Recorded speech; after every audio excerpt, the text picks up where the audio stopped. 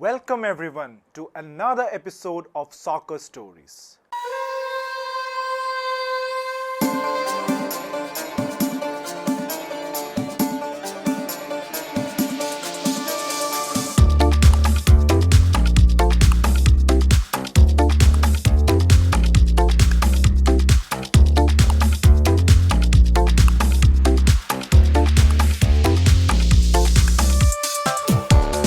Today, we'll be walking through the history and origins of the most coveted trophies in sport across the globe, the World Cup.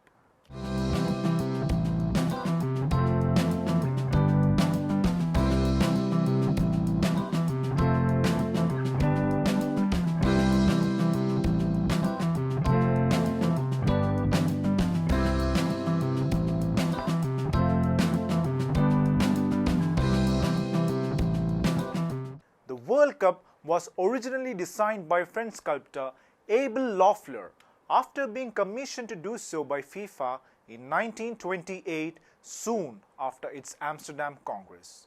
Loeffler did not disappoint as he came up with a compelling design for a statuette depicting a winged woman resembling Nike, the Greek goddess of victory, holding an octagonal vessel in her outstretched hands above her head.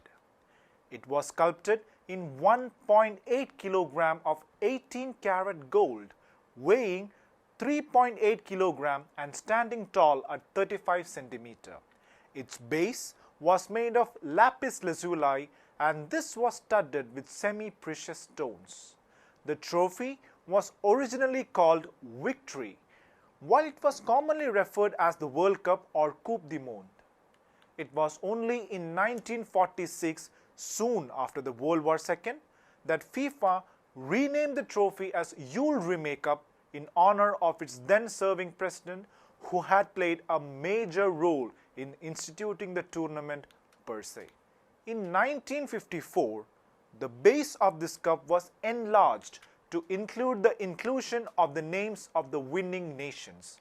The Jules Rimet Cup was passed on to Brazil for permanent possession after it won the same for the third time in 1970. This necessitated FIFA to make another trophy to be handed over to the winning nation in 1974.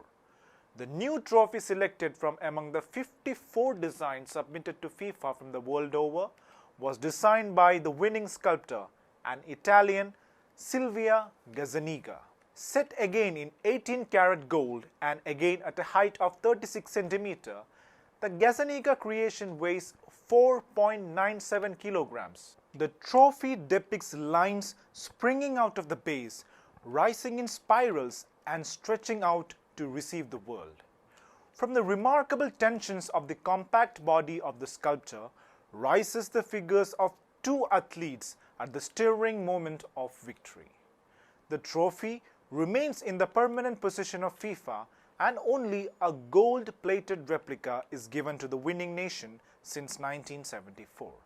That is, after the prize distribution ceremony of each World Cup is over.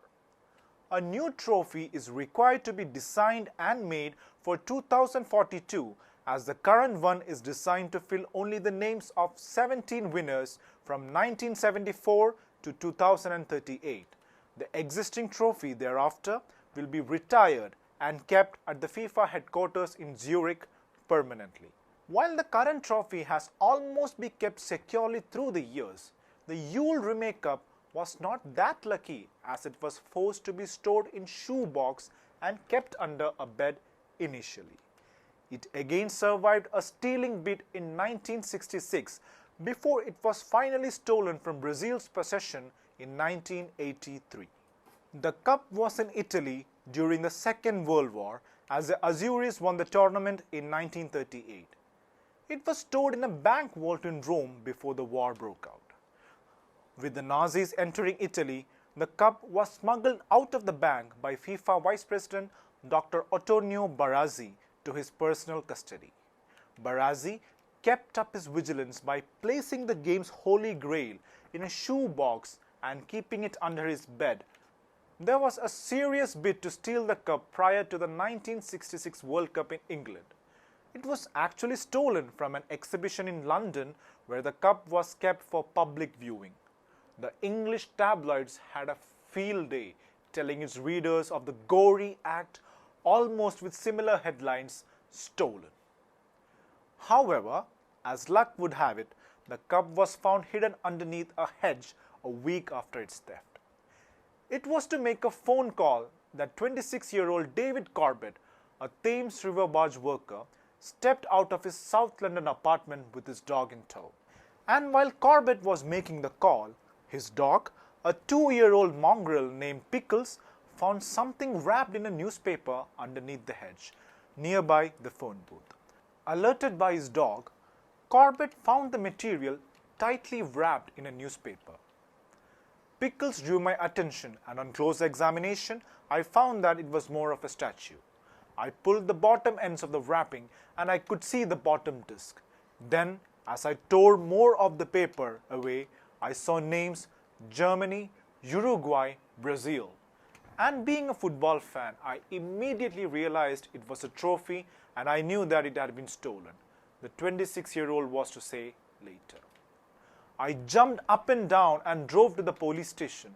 The discovery made Corbett and Pickles instant celebrities. Pickles died in 1970, the same year when Brazil took permanent possession of the Jules Rimet trophy. The luck of the cup finally ran out in 1983, soon after Brazil was handed over the dazzling trophy permanently. Its top was found missing to cause panic among the members of the victorious team.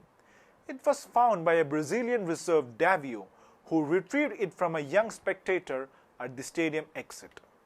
The cup was stolen a second time, and this time around its recovery in its own shape was made impossible by thieves who broke into the offices of the Brazilian Football Federation on the night of December 19, 1983 and melted it away for retrieving the gold in it. The trophy was later recasted by a German firm, Wilhelm Geist & Sons, at the insistence of FIFA and Eastman Kodak Company, to be given away to Brazil. Interestingly, the base of the cup was recently found from a FIFA vault, and the same is now in display at the FIFA Museum.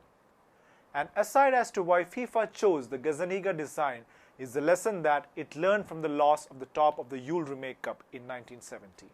The Italians' design featured a cup without a top. That's all about the story of the World Cup trophy. Stay tuned to Striking Seconds for more soccer stories. Hasta la vista.